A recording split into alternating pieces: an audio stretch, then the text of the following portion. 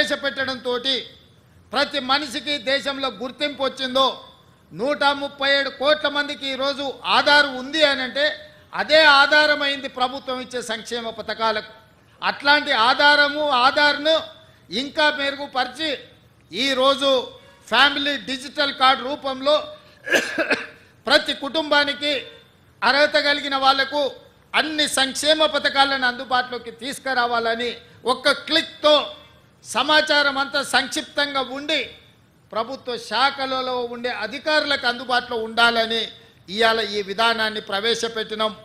ఈరోజు ఈ family digital card 1 nation 1 ration ఏదైతే ఉన్నదో ఆ విధానంలో భాగంగా 1 స్టేట్ 1 కార్డ్ తెలంగాణ రాష్ట్రంలో ప్రతి కుటుంబానికి ఒక గుర్తింపు కార్డునివ్వాలి.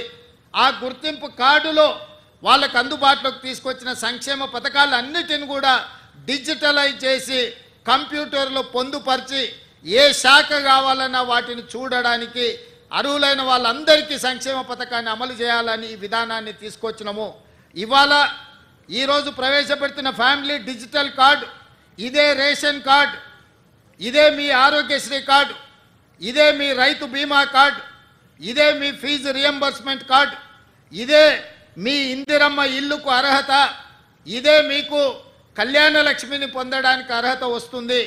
ప్రతి సంక్షేమ పథకం 200 యూనిట్లు ఉచిత కరెంటు కావచ్చు, ఆర్టీసీ బస్సు ఉచిత ప్రయాణం కావచ్చు, ఈ రకంగా రాష్ట్ర ప్రభుత్వం అమలు చేస్తున్న ప్రతి సంక్షేమ పథకాలను ఇందులోకి తీసుకొచ్చి అన్ని రకాలుగా మీ కుటుంబాలకు ఈ కార్డు ఒక రక్షణ కవచం కల్పించడానికే ఈ ఫ్యామిలీ డిజిటల్ కార్డుని రాష్ట్ర ప్రభుత్వం తీసుకొచ్చింది.